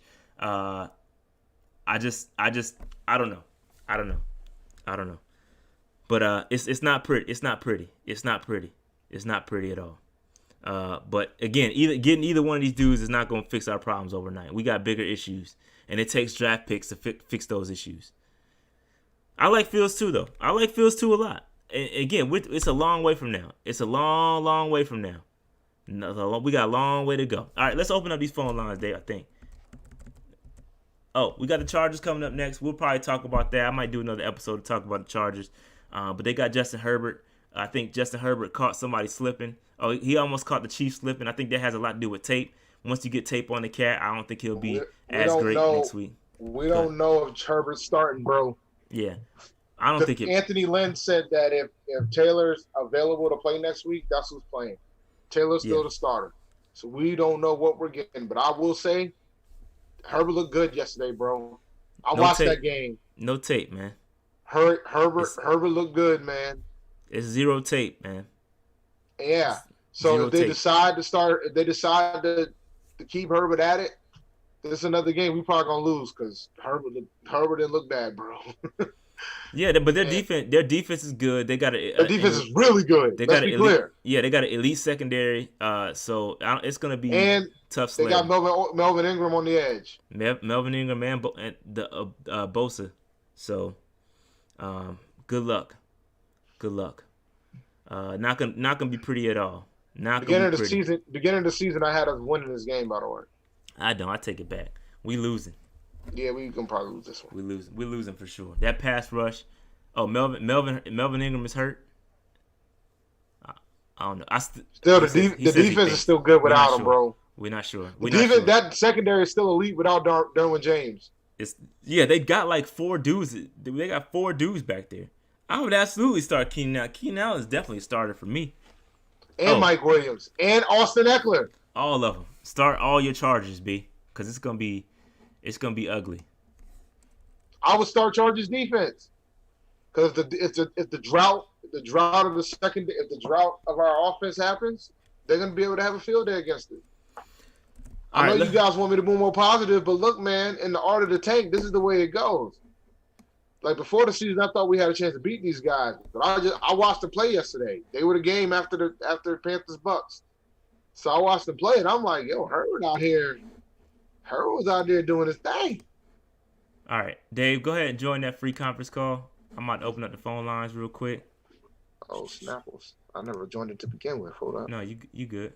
And then mute your mic too whenever you get on. Yeah, I'm going to. All right, phone lines are open. I'm gonna wait till some folks get on before I actually open it because they got that stupid hold music. So I'll wait a few seconds till people get on. But phone lines are open. Y'all could talk. We can talk whatever y'all want to talk about. Y'all can talk Matt Rule. You can talk Trevor Lawrence. Whatever you want to talk about. Anything we talked about tonight, it's fair game. All right. So phone lines are open. Go ahead and hit that. What's his number? 605-472-5758. Dave is in the chat. Excuse me, in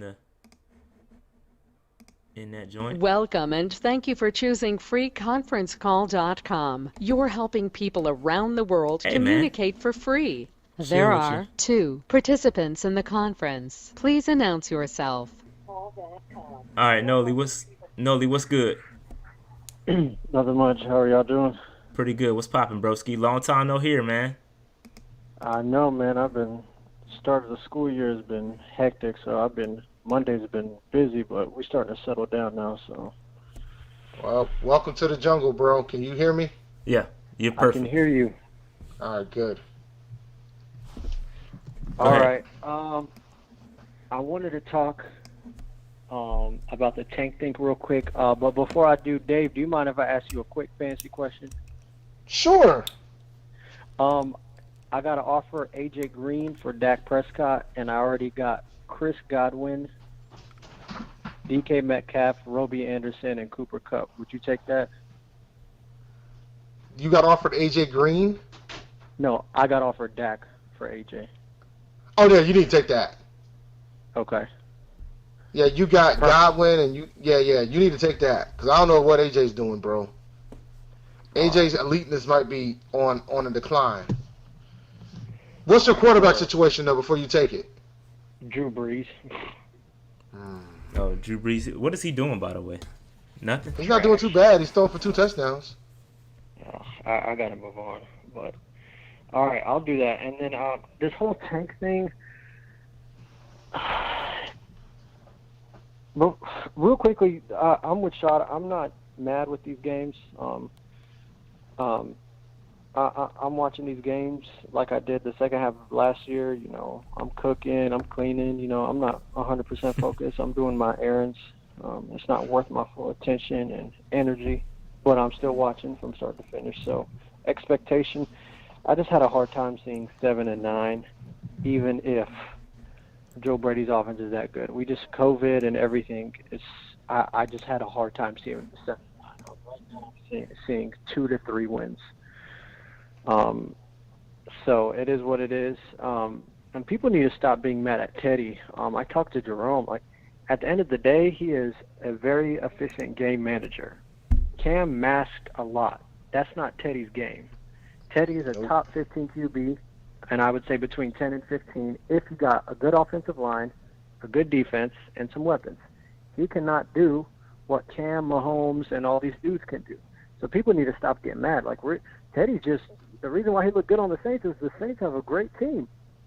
We have a terrible team. Yeah. We don't have their coaching. We don't have all that. So, like, I don't get people getting mad at Teddy. He is who he is. He's a definite upgrade over Kyle Allen, but, you know, he's not somebody like this 2017 team where, you know, we went to the playoffs with Burson and Clay. Without Cam, I think we win maybe 4 games. I mean, that team was atrocious. So, Cam masked a lot, and that's just not Teddy's game. So, but I disagree that if Lawrence is on the board and we're positioned to take him, we're going to take him. There's no way this organization would pass up on him. The reason why the contract they gave Teddy is only 2 years guaranteed, and it just gives them flexibility. I think if Fields is on the board, maybe they'd trade down. But if they have a chance to take Trevor Lawrence with the Clemson connection, you can say that's bogus. I do not see a scenario in which they pass up Lawrence. I just don't see it. Forget the revolt that would happen. I don't know why do you guys think that there might be a chance they would pass on Lawrence? Because we have Teddy. And it depends how Teddy looks. I mean, right now, Teddy hasn't really given you reason to say let's move on. Like, Teddy has been, like you just said, you just defended him. So if Teddy comes out and what if Teddy throws for 4,000 yards? You're talking about resetting. You're talking about resetting a franchise that could be decent, like you said, if you put weapons around. I think Teddy can put up. I think Teddy could take us far. Like, there's so many other things that go on, and then you're talking about, okay, we take Trevor Lawrence, all right, and we still have Teddy for another year. Okay, so you're not playing Trevor next year because you still have Teddy. Or are you gonna play him next year? To me, it depends. Here's my thing. Just drafting, I'm not trying to do another draft with our defense is just going to take time. It's going to take a combination of free agents and drafting, but, like, the reason why I would not pass up Lawrence is because, like, him and Fields are, like, they're not going to – players like that are generational talents. They're not going to come along. My thing is with the defense, regardless of who's at QB, the defense is going to take a few years to get there. It's going to take players maturing. So why not get a QB that could be your next QB of the decade? Because my thing is, I am still not convinced Teddy is their long-term answer. I think the contract speaks for itself. Granted, no, I agree. Maybe they just gave him the contract just to be safe, and I get that. I think that's a fair argument. But when you give someone a 3-year contract with only 2 years guaranteed, I think it gives them flexibility. And my thing is, Teddy could throw for 4,000, and then we still be 3-13. 2-14. I wouldn't say it's completely his fault. And we could draft Trevor Lawrence and be in the same scenario, and it's gonna take just as long. You're gonna draft Trevor Lawrence, and if we don't improve again, you have a terrible offensive line. There's no commitment to the offensive line. There's none of that. So just having Trevor is not gonna fix our issues.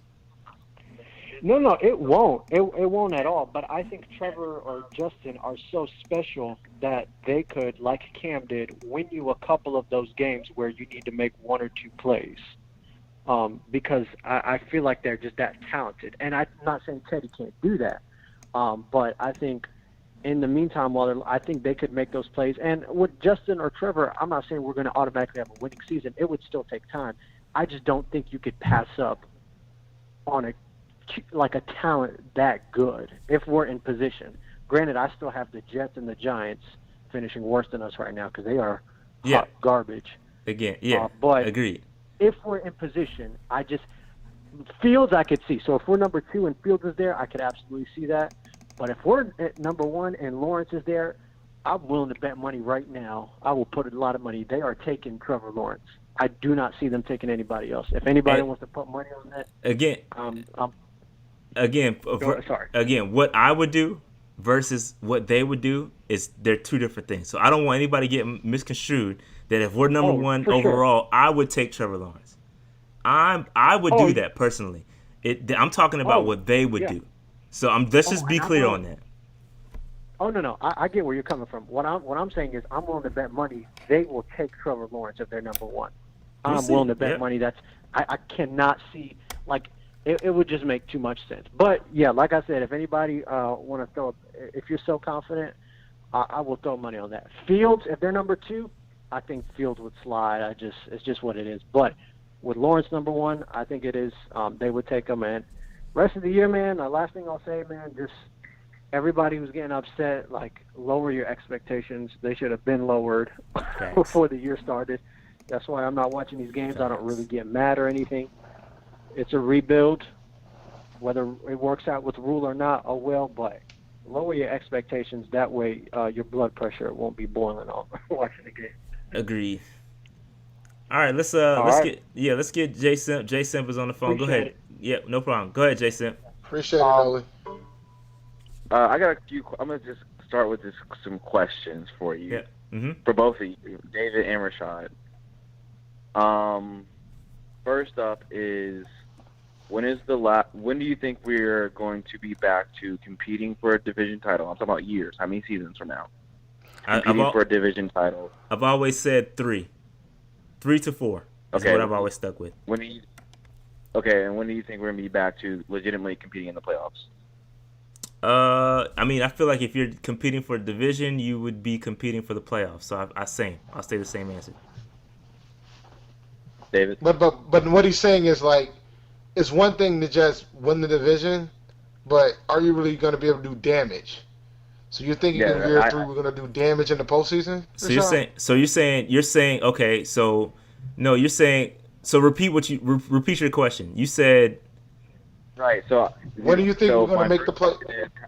How long do we compete for the division? That means we're close to winning it, competing for the division. Okay. Second question is how long we compete in the playoffs. That means we won the division and we are legitimate contenders in the playoffs. Okay, little different, but I'll go 5. I'll go 5 years. 5 years. Okay, and David? With this regime, I can see. And it depends. It's a lot to go with that. But go ahead. I'll just to answer your question. 5 years. I'll say 4 years. Then probably 6 years for the next round, to the next phase. But the thing is, if we're assuming that Rule's going to get to run his contract out, mm-hmm. I think Tepper's not going to see any type of fruits of that labor until year 6 at the earliest. Okay, right, and all these we're talking about best case scenarios, right? Yep. Yeah. Okay. Yeah. So, my next question is, best case scenario, how good do you think Teddy Bridgewater is? Top 10 quarterback, top 15 quarterback, what? He has weapons. How good do you think how good? Top 10. Yeah, he'll be top 10 for sure. If all that considered, he'll be top 10. Yeah, if you're telling me that he's got best case scenario, he's a top 10 quarterback in the NFL. The dude's a winner. I'm not denying Teddy's ability to play the position. He's a winner. He's shown that he can win. He's a top 10 guy. Okay, okay? So you're saying we're 3 years away to competing for a division. Both of you agree on that? But hold on. Yeah, there's got to be a little bit of context to that because Teddy's only on a 2-year deal. So like it's essentially two. It's essentially two. It's essentially a 2-year deal. So like we're saying that if Teddy Bridgewater is the quarterback in year 3, then sure, I think we'll be in a situation where we'll be much better. Now if that resets and we have a different quarterback, that changed the timeline for me. Okay, but let's just go with this. Teddy Bridgewater is the quarterback scenario. Sure. Okay. So it's year 3 of this rebuild, retool, whatever you want to call it, right? And it is now Teddy Bridgewater is now in year 9, year 10 of his career. Granted, he lost a year due to injury, so he may have some little extra legs there or whatever, right? But give me one example of a quarterback in NFL history in year 9, year 10 of their career who has gone from game manager to can compete for a Super Bowl. I mean, tell me when the last time a team gave up a 30-point, 20-point lead. I can name a few. I mean, shit happens. I can name a few game managing quarterbacks that's gone to the Super Bowl. Brad Johnson got a Super Bowl. I mean, like, it happens. If you got the right stuff around you, shit can happen. If that's my point though. If this, we need a guy who you decrease those ifs as much as possible. So we're going to be sitting here having a conversation much like the Dallas Cowboys or the Rams. Well, sure. I mean, if you put a defense for Dak and if you give him weapons and if he has the right coach and if. Sure. If. And I mean, if we can get him on a team-friendly deal and he doesn't want $35 million, then maybe we will drunkenly stumble into a Super Bowl. Sure. We need a guy who can get us there.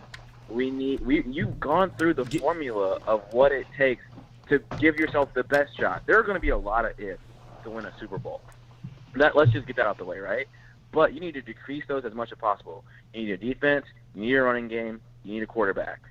Those 3 core principles, right? Then you can talk about, you need pass rushers and really attack the quarterback on the defensive side of the ball, like on individual basis. There's more than one way to build a defense. Some teams have done it from the back to the front, like the Patriots. Some teams have done it from the front to the back, like the Broncos. Sure. You can do it multiple ways. You just got to be excellent in the way that you do it. So we need to, in my opinion, and I've seen people say, oh, well, why are we even talking about tanking or blah, blah, blah, blah, blah? Because Teddy ain't the guy. He's just not. And, like, you're not going to need to see a full season of this to know that answer. You knew the answer when he got the 3-year contract with 2 really guaranteed. We knew the answer, we knew that this was just an audition to see what he has. He's a mid-tier quarterback. Best case scenario, if he has a defense, if he has elite weapons, if he's a number 10 quarterback. Right. And I say number 10, he is number 10. Right. Like, he's not 9, he's not 8. I get that. Number 10. That's fair. He's a 13 to 18-ish quarterback in this league, if we're just being honest. And that guy ain't going to win you a Super Bowl. So you need to figure out who your franchise quarterback is going to be, and that guy's not Teddy Bridgewater. Can that guy be Justin Fields? Can that guy be Trevor Lawrence? Between the two of them, I don't know who I would pick. I think they're both excellent talents. You could very well take up one at 1 or 2 and whiff. But guess what? That's a better strategy than going with a guy who you know is not the answer. Is that a better? I don't know, man. I'm kind of on the fence because, again, even if you whiff, let's say you whiff, you're setting yourself back a couple more, like more than a couple years. Like, you can set yourself back really bad by whiffing. So yeah, I agree. If we're at number 1, you make that decision easily. Now, if we're at like 5, maybe 7, there's going to be a little bit of strategy that has to go. You have to really think about who else is there. and what you can give to. Because listen, I go back and I'm gonna say this. I'll say it 1,000 times. It don't matter if you get Trevor Lawrence, because you're gonna say the same things with that you're saying with Teddy Bridgewater, with Trevor Lawrence. If we give him a defense, if we give him weapons, because he damn sure he's not gonna have an offensive line. So you're gonna say the same things. Y'all gonna kill Teddy. You're gonna kill Trevor Lawrence the same way you killed Teddy.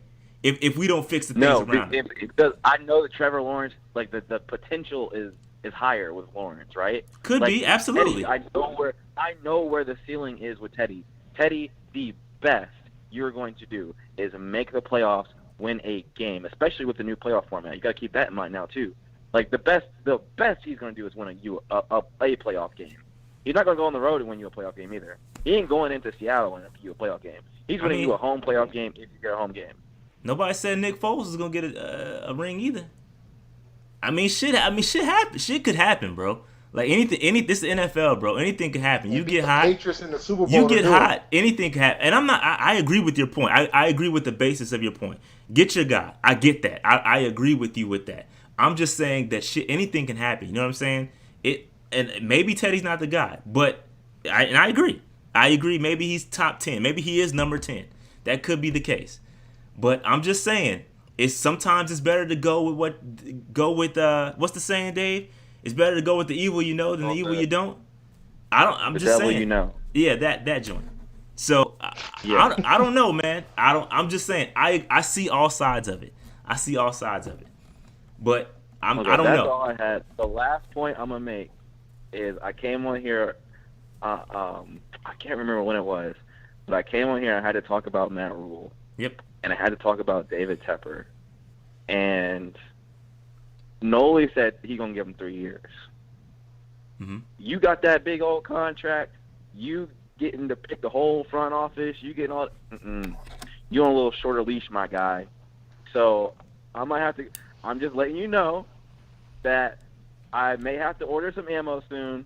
Not this season, but we're gonna have to see about this owner, this hiring process. Because I'm telling you, I'm seeing cracks. Seeing cracks. So that's all I'm gonna say about that. But on to next week, when we go out to LA and we watch Justin Herbert outperform us and wonder what our future holds. It might not be Justin Herbert. It might be Tyrod, fam. I saw that. Again. I did see that they said that they were going to put Tyrod in there. He was 100% their guy. Herbert balled out last week for his first start. So I think when it comes down to that decision, it may be a little harder for Anthony Lynn.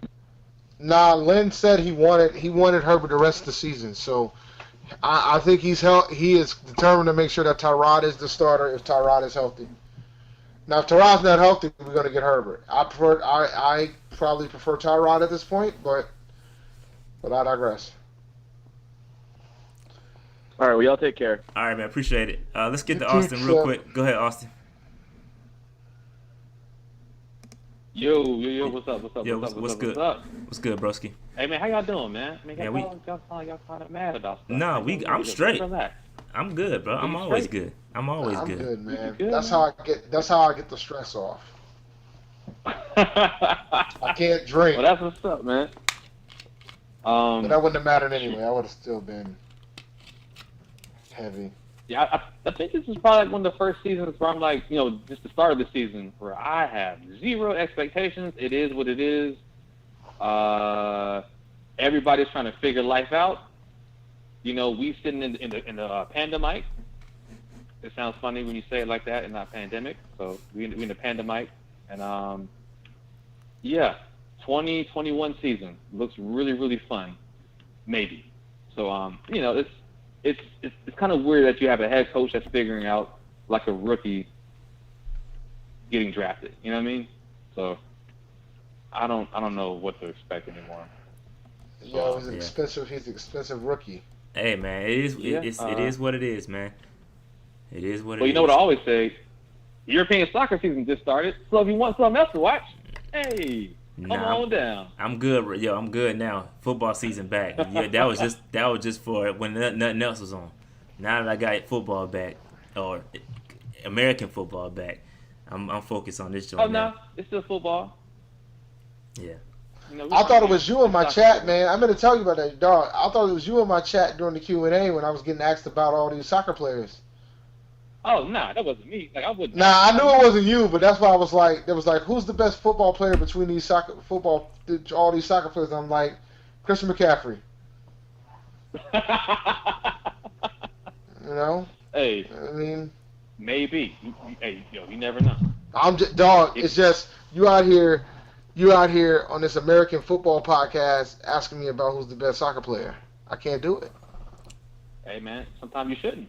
You know, some people say cucumber tastes better pickle. You know what I mean? So just roll with it. Yeah. And yep. And that's all I got. Y'all have a good week. All right, Austin. Appreciate it. Masked up. See you, Austin. All right, let's roll back. I gotta go back and talk about Jared Super Chat. He said, let's stop bringing up Teddy throwing for 4,000 yards. How many TDs is a man gonna get? Yards don't win games. TDs do. Just get into the end zone. I mean, that's a fair point. I mean, he does. They gotta execute better in the red zone. So it's again, this problem ain't just start with Matt Rule and Teddy Bridgewater. This is an issue that we've had for a long time. Scoring in the red zone that dates back to Ron Rivera, does it not?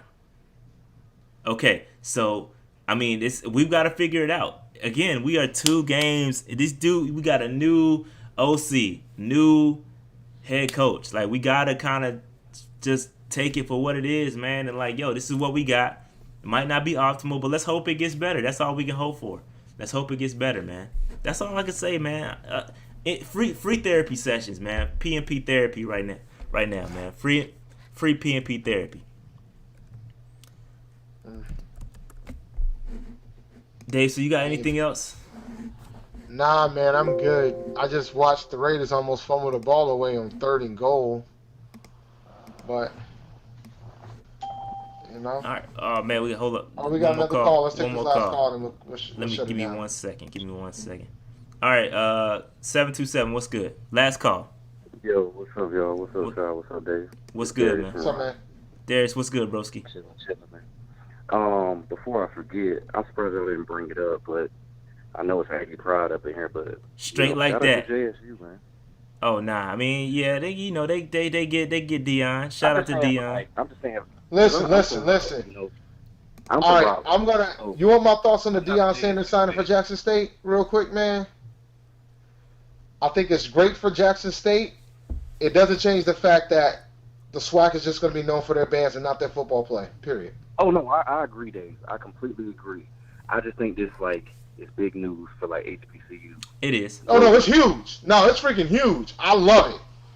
Yeah, I love it. I just think it'll bring more attention, especially to the Celebration Bowl. You know. So. Yeah, no, they got to get there first, though. Yeah, I think it's gonna help their recruiting 1,000%. Because if I'm coming up, especially if I'm a DB, I definitely want to go to Jackson State. They're playing one of the best DBs ever, bro. I'm definitely going there. He got that swagger. I would love to go there. So it's definitely gonna help their recruiting for sure. So it should work out for them. But it's still not gonna be. They still gotta go through the GOATs. Yeah, they not. We probably. I mean, like FAMU. Now, like I give FAMU a lot of grief, but the reality is, with FAMU moving into the SWAC, they're the standard in that conference now. They are the standard. Until otherwise known, they are the standard in that conference now. That's a fact. FAMU is a like there's not, like, all jokes aside, you know what I'm saying? I'll be giving FAMU the Rattlers grief, but the reality is, as soon as they left the MEAC, the first thing I thought was they about to dominate that conference. Y'all can say they might have the worst band out of the bunch, but they about to dominate that conference as in football by far, and probably basketball too. By far. Yeah, honestly. I agree with you, Dave. But Carolina Panther news, I just, it is what it is. My expectations were real low for this season. I wasn't expecting anything great out of this team. I just wanted to see improvement. I just want to see improvement week by week. That's just what I want to see. Hopefully we get that. I still think if we do have the number 1 pick, we should at least get Sunshine. At least get him, sit him for a year, and then go from there. That's just my opinion. Yeah, no, I think that's what you should. That's what you should do. You get Trevor Lawrence, and you sit him. There's no way I put him behind this offensive line. That's why the 5th-year option exists. You sit him, and hopefully during that window you build your team up, your offense, your defense, everything you need to support him, because you no longer have a quarterback salary.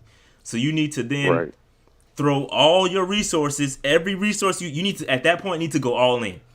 All in. His second year, his second or third year, he's starting all in, bro. That's what other teams has done. Look at Mahomes, look at when Lamar Jackson, all that. They are going all in while these cats are on rookie deals. That's how you win Super Bowls. I'm not against that. I just don't think this staff, because Brady handpicked Teddy, and again, it is a trial period, 100%.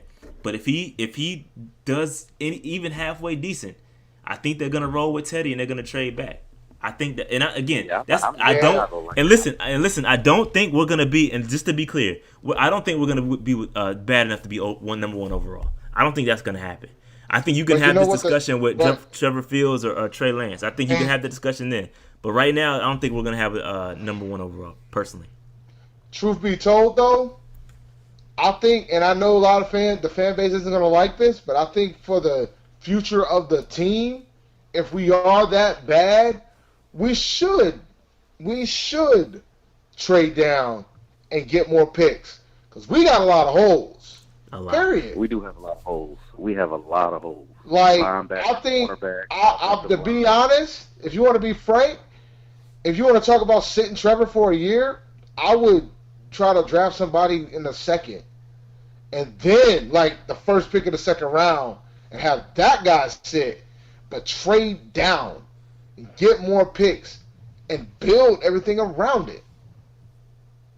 To see that having a game manager works if you got the pieces around that game manager. Facts. Game manager ain't working. No, but Dave, that goes for any quarterback. Even Mahomes got weapons too, B. They went out and got a Sammy Watkins. They still went out and did work. Look at their defense. Defense. Hello, their defense played well too. And Chris Jones is a monster. Down the stretch? Yeah. Down the stretch, absolutely it did. Hello. So, speaking of drafting, we got to get rid of Marty Hurney, though. We got to get rid of Marty Hurney. Like, I would love to take, like, more shots at the draft with extra picks, but with Marty controlling the reins of that, man, ain't no telling. I want a new GM. Because I don't see Marty doing anything good for this team. Like he's done some wonders, like his second stint, but it's still like Marty ain't the guy, because if Marty got fired today, ain't no teams go pick him up. Right, that's a fact. Yeah, I agree with you. I agree with your point. I think it's time to move on from Marty and get a real GM. I know he's been so good in the first round, but when you're rebuilding like this, every pick becomes critical, and you need to hit more than you miss. And right now, when you cut in 5th round picks, it's not good. It's not good. It's not good. So I think you need to promote. If you promote within, you're not necessarily starting over, Marcus. I think if you have the guy that we picked up from the Eagles, and he's been a part of the movement, you're not necessarily starting over. Yeah, you're not. Go ahead. My bad. Cut you off, Dave. My fault. Go ahead. Oh, no, you're all good. I know it's getting late, y'all. I just wanted to call in. I mainly wanted to talk about the HBU stuff, because Panther news is just like, I feel like we're going to be saying the same thing this whole year. Facts. Yeah. Yeah, we're going to have a lot of, we lost this week. Yeah, the rules still don't know how to manage the clock. I guess I can't put them on stop down every week. We'll see. Maybe if we get to week 5. But shout out back to the HBCU talk. Shout out to Jackson State, man. I'm happy for them. I'm happy for them dudes. First, they won a SB with snacks, and now they got Deion Sanders as their head coach. So shout out to Jackson State, man. Yeah, they have some football lineage too. I mean, Walter Payton went to Jackson State. He did. Did y'all see how he entered his press conference? I saw that with the band I escort. heard he had the band. I ain't watched the video yet, but I heard he had the band had out there, a police escort and all that. You know, that's primetime style. I wouldn't expect nothing different. Yeah. I wouldn't expect nothing different. Washington didn't retire yet. Good talking to y'all, man. Gotta go to sleep. All right, man. Yeah, appreciate it. No problem. Keep pounding. All right. Yep. Keep pounding, man. Nah, for A&T's head coach, it's still Sam Washington, man. He ain't retired yet. The guy before him retired, and Washington took his job. Right. All right. Washington's gonna be there for the debut of the Big South, man. All right, Dave. Let's close this thing out, man. We've been going for a long time. I'm about to let's close it out. Almost 2 hours, man. Facts. And so listen, peep the videos coming out next week. I think Dave gonna do an injury special, right, Dave? I'm probably gonna do a fantasy special tomorrow to help you guys with y'all waivers. Do your injury fantasy special. I might have some videos coming out during the week. Appreciate the support and the feedback on all those one-offs I'm doing. I don't know if I'll do a preview. We'll see. I don't know if it's worth it, man. It's no point really previewing all this. We're gonna see some of the same things. Hopefully, we'll come back and turn it around. I will say this. I think this Chargers game is not impossible to win. I think it's in the realm of possibility of winning. I just don't know if it's gonna happen, but we'll see. We'll see what happens, man. That being said, I'm gonna get out of here, Dave. We're gonna get out of here. We'll see y'all. Are we gonna live stream next Sunday? I don't know about that. It's on you though. If you want to, if you want to, we can. It's gonna be hard. It's gonna be hard for me. Like, I'm not gonna always be that lucky and have the game at the crib. True. So that's gonna be hard. All right. That being said, we're gonna get out of here, man. We'll holler at y'all. We'll see if we can what we'll do next week. All right. Peace out.